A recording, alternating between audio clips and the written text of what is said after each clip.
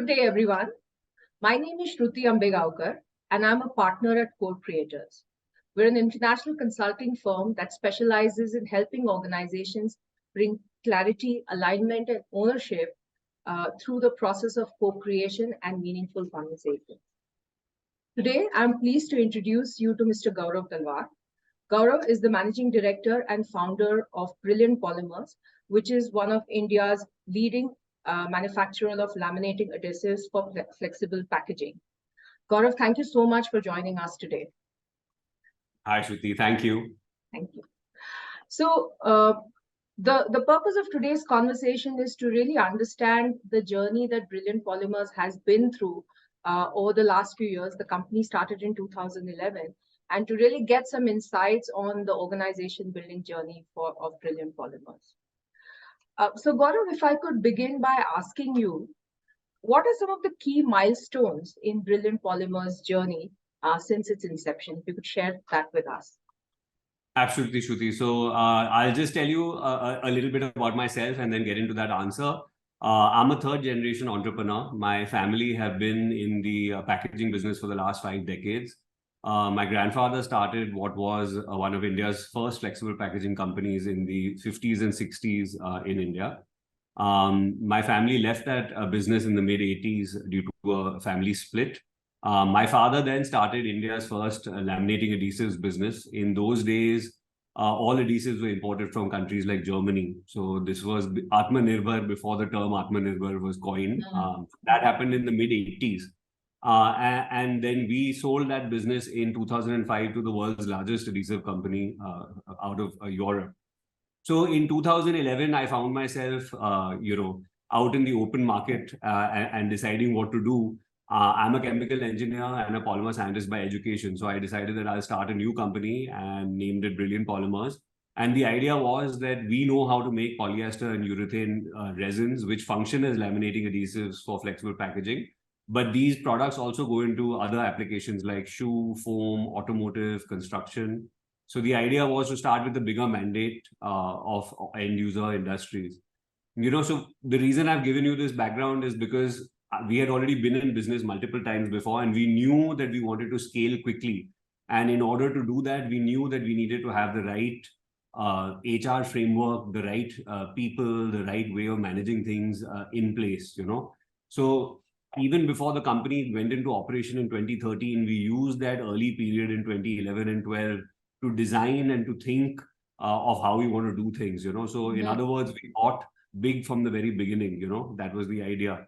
I started working with Pankaj and with Core Creators right at the outset. I think from the time we started employing the first few people in the company and then on from there. So, we've been partnering in this journey together.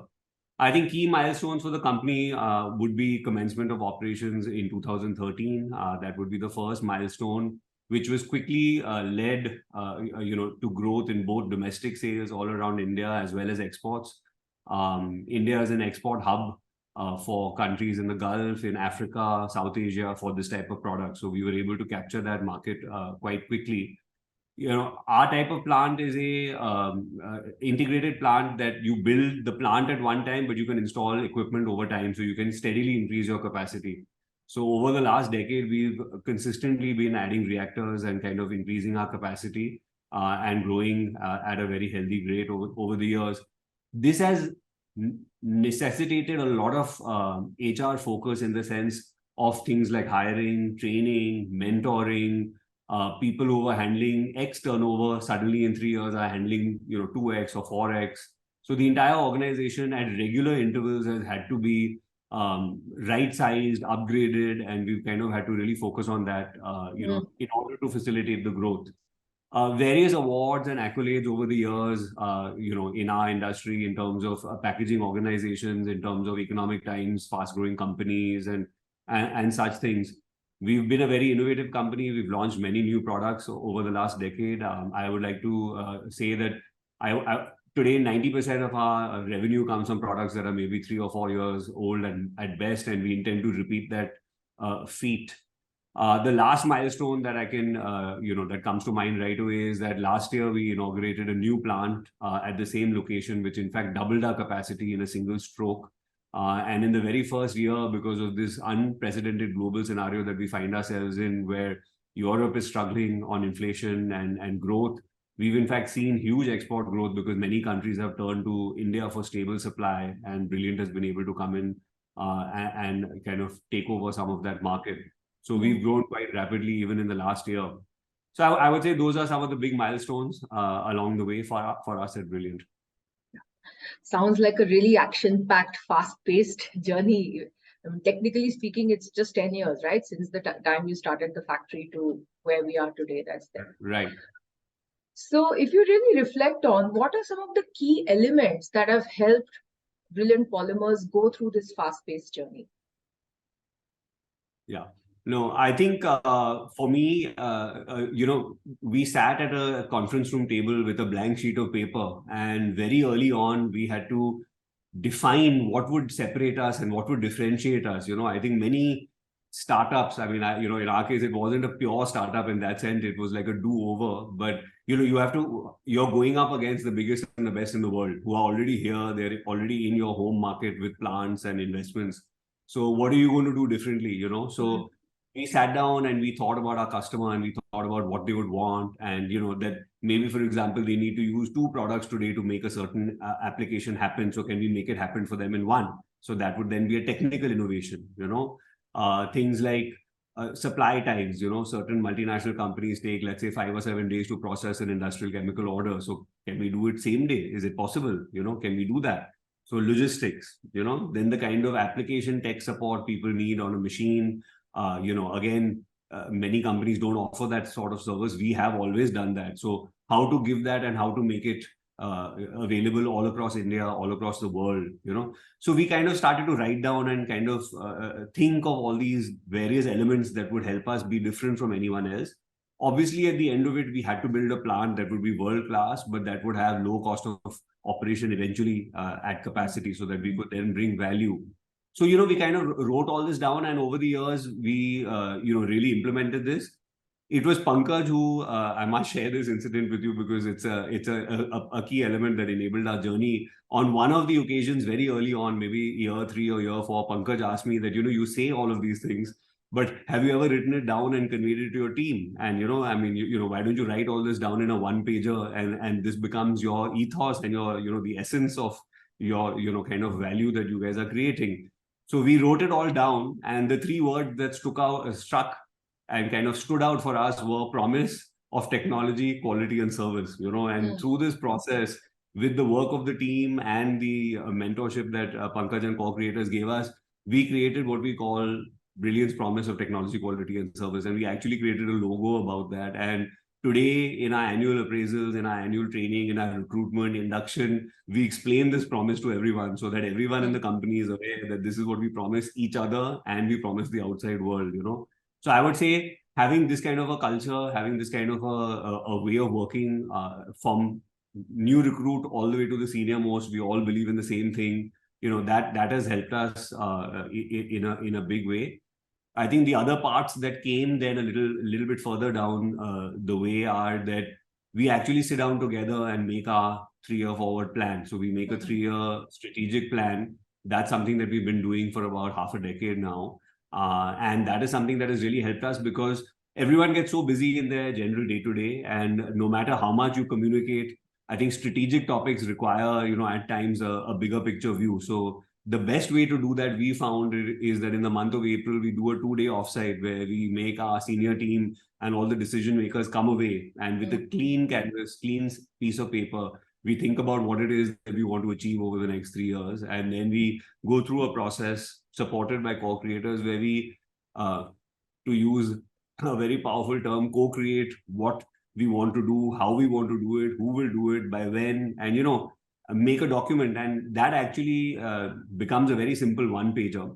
And that helps us then make goals for each other, for ourselves. And then every month we can gauge ourselves against that so that nothing gets forgotten. As the year progresses, things get busy. And then at certain times, things get, lower priority. But by having a clear plan, a clear vision, we are able to keep it on track and then keep our growth rate moving, So that's something that has also helped us. So I think a dynamic and a strong HR culture with full buy-in of the team, and we keep telling everyone that everyone is an entrepreneur here, and we all work together.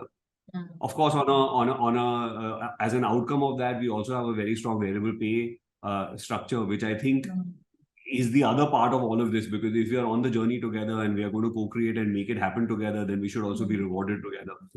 So I think that whole puzzle has kind of come together, and I'm certain that everything that we have been able to achieve is because of the team, because of the working culture that we have, and because of the way that we are moving together, and everyone feels ownership in this journey and reward. So I think that's the key enabler. So sounds really exciting, Gaurav. And I know Pankaj, who's also a partner at Core Creators, has been working very closely with your organization throughout this journey that's there. You talked about some practices, like you talked about the way the annual business plan is getting created, the 3-year strategy is getting created. You talked about how that's getting translated into your performance management process. You talked about this whole USP that you came up with in terms of, the quality, technology, and the third one was service, right? Service. The quality, technology, and service, the three aspects that are there, that's there. And the way you talked about it, you've been doing this for a while now, something that we also know. So it seems to have now been embedded in the organization that is there. I'm curious, are there any other elements or other practices and processes that maybe you started with and, which have enabled this journey and they are now embedded in the organization? Yeah. Shruti, that's a really good question. And there is one point that comes to mind right away. It's quite amazing because I have learned quite a lot in this last decade in this journey. And one of the key things that I learned is that as an entrepreneur, there's only so much time and there's only so much bandwidth that a individual has. So everything that I've said played itself out in that first 3, 4, 5 years. And up to that level of turnover, I was able to personally kind of be the insurance policy, as all entrepreneurs eventually have to be, so that if ever there was anything that got left behind or that came to the front burner, I would be the shock absorber. But by, around the 5th year, I would say we reached a stage where it was just simply impossible. It was going beyond my physical bandwidth to then, fulfill that role. That is when we came up with something we call MRM, Management Review Meeting. The culture and a plan for heads of department and for each team member to take, their full role and to work with ownership and communication were well known. But these words of ownership and communication started to bubble through me constantly. Whenever I felt that there was a time where things were becoming, a little bit stressful or things could have been done differently, these words started to come out into my conscious mind. And with co-creators and with Pankaj's advice, we kind of sat down together and we realized that, a lot more decision making needs to just go to the team and it needs to be documented that it will be like that. So we created what we call the management team. I think that happened in 2018. So the 9 senior most heads of department in the company come together on Monday. And of course, that date changes at times, but generally speaking, it's on Mondays at 3. We have a company secretary who puts up an agenda. So any of us can contribute items that come into the agenda. And then that meeting lasts 30 to 45 minutes. It takes up any cross-functional topics that require more than one team's, answers or advice, and anything that is of strategic nature to the big business like CapEx, etc. Whatever is decided, we make who, what, when actions, and then we minute the meeting. And as soon as the meeting is over, within an hour, the minutes are released.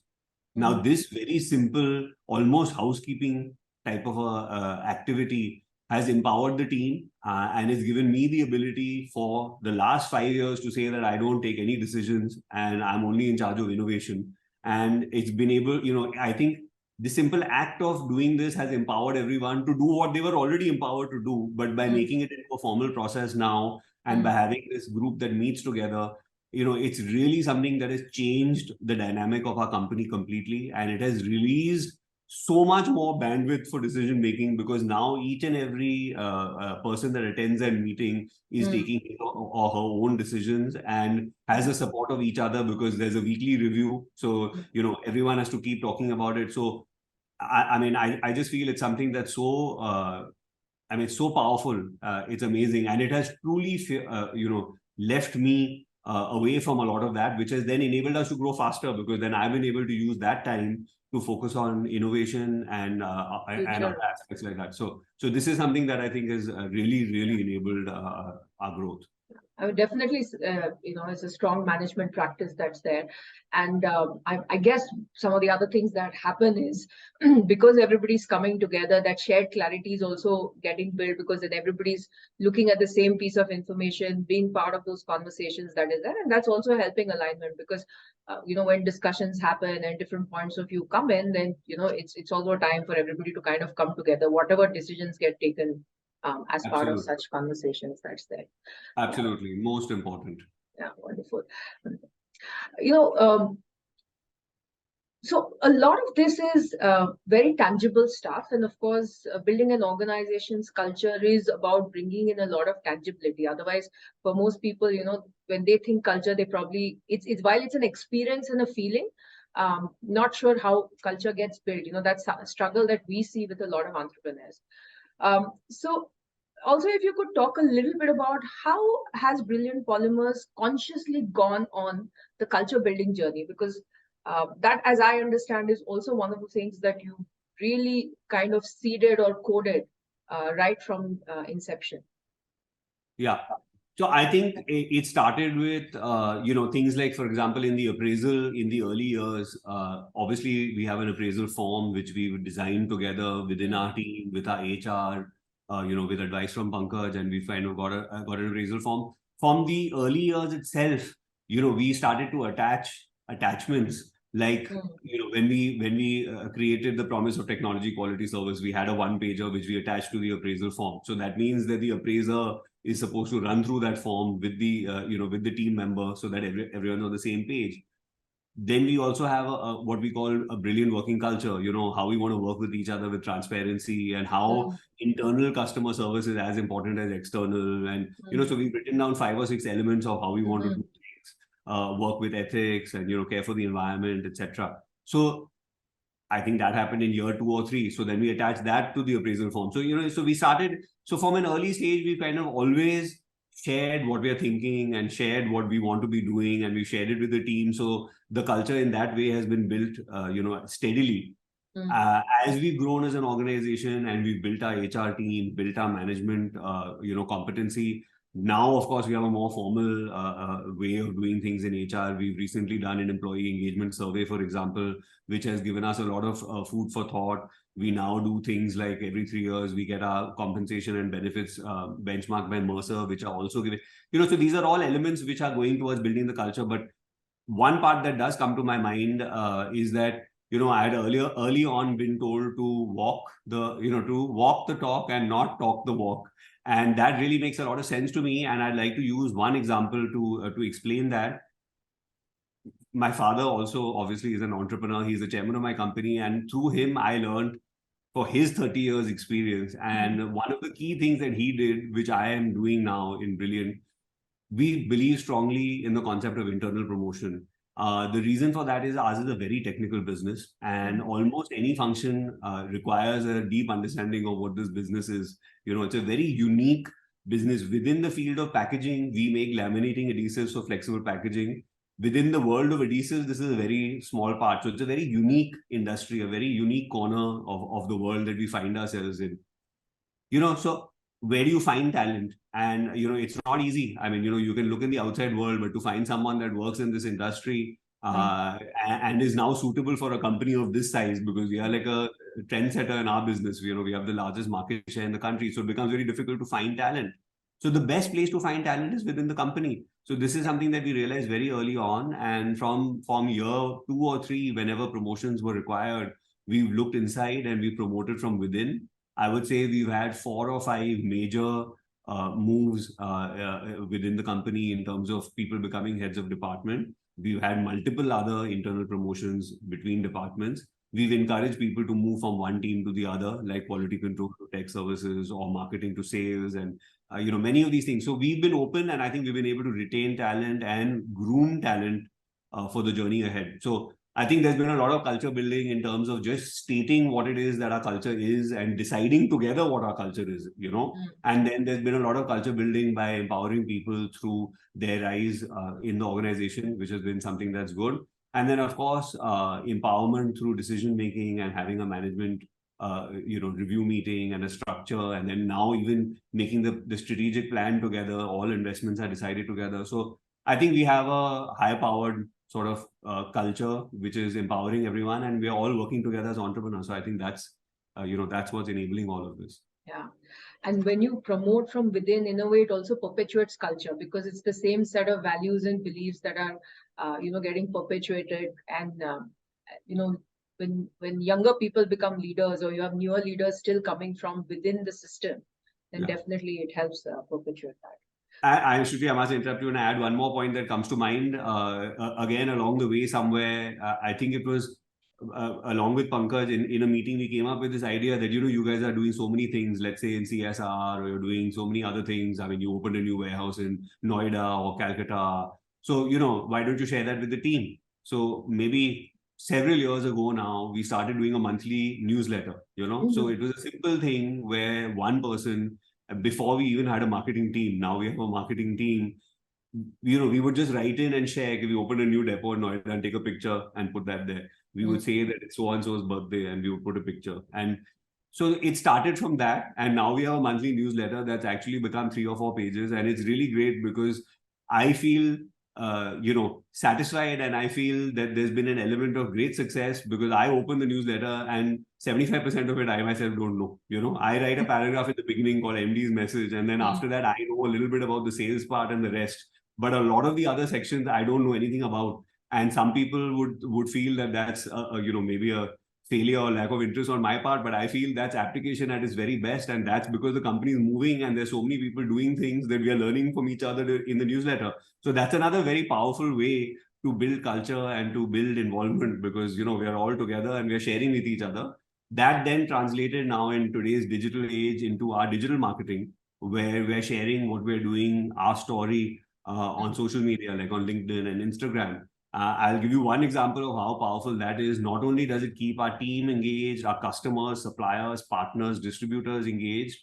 About 6 months ago, we received an inquiry on LinkedIn from Lima, Peru, where a customer said that, hey, I believe your adhesives are very good and I'd like to try one.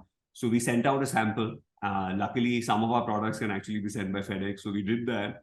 And last month, sales and technical team visited Peru all the way from Ambernath in Maharashtra. And all the trials that we ran there with 7 or 8 customers were successful, and they placed a full container order, which is getting shipped out this month. All of that because we shared our story on LinkedIn, which I think is an amazing that's learning and an story. amazing thing. Yeah. Wonderful. That's really an interesting story that's there. And yes, it definitely manifests in terms of this whole culture of communication and sharing, and really being able to build on each other from that perspective. So yeah, thank you so much for sharing that. Gaurav, all throughout so far in our conversation, you have talked about and shared examples of how co-creator, and primarily through Pankaj, since he has been closely associated with you all, have partnered you in this journey that's there, right? But if I had to kind of ask you to summarize the role that co-creators has played in the growth journey of Brilliant Polymers, how would you kind of describe it? Yeah. I think co-creators has been very instrumental in our success and in helping us and mentoring us on the HR side, but also on strategy. So, if I step back and look at the last 10 years and the journey we've been on, it started with a lot of HR related work in terms of, how we want to hire, how we will compensate, a lot of the basic modalities of how all that would happen. But as the journey began and the growth began, it started to then move towards culture building, where a lot of support went into, what is Brilliant's working culture and how do we define ourselves. So there was a lot of mentorship about that. I mentioned about our promise of technology quality service. That was a question Pankaj posed to me, which then led to that. So it moved from transactional HR related, a beginning there to then more like culture building. As we then move forward now and come to the last 3 to 4 years, I think it moved a lot more into even supporting us on strategy.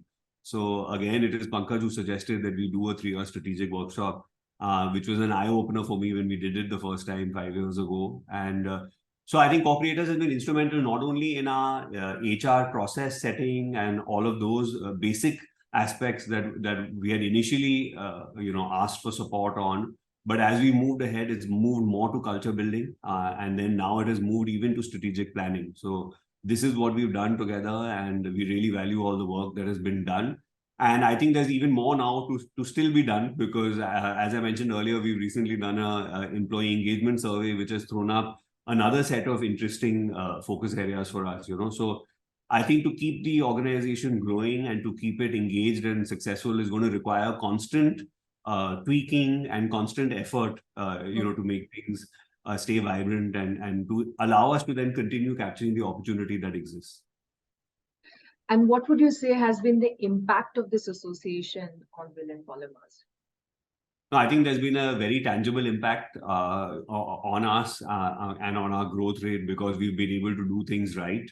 So we've been able to capture a lot of share in the market. I can tell you, if you ask me, in the last 3 years, with the global scenario being so volatile, with the current ongoing war, and then not to mention the pandemic that we all suffer through, in every industry, I think strong companies have become stronger, and unfortunately, weak companies. And it doesn't necessarily mean that big companies have become better. In many cases, big companies have also struggled. So I think companies that have had a strong culture have been able to capture the opportunity in this volatile time.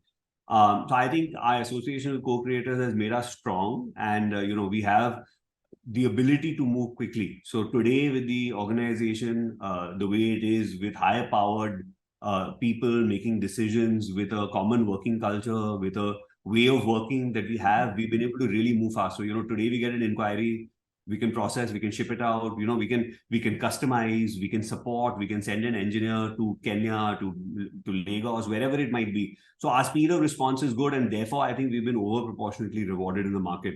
So I think there's been a very tangible impact of our association with co-creators. There's no doubt about it. And Pankaj is seen in our company as an overall mentor, not just an HR mentor or a culture mentor, but now even on strategy. And it's really been a very rewarding journey, and I believe that's both ways. So I think it's something that we intend to continue, and there's a lot more opportunity coming. And now the challenge for us, or rather the opportunity for us, is how to ensure that we remain as enthusiastic, vibrant as we have been, as we continue to grow. So I think the opportunity for us, the specific opportunity now, is, can we continue this excellent working culture even if the company doubles again from here? And that's what we must do.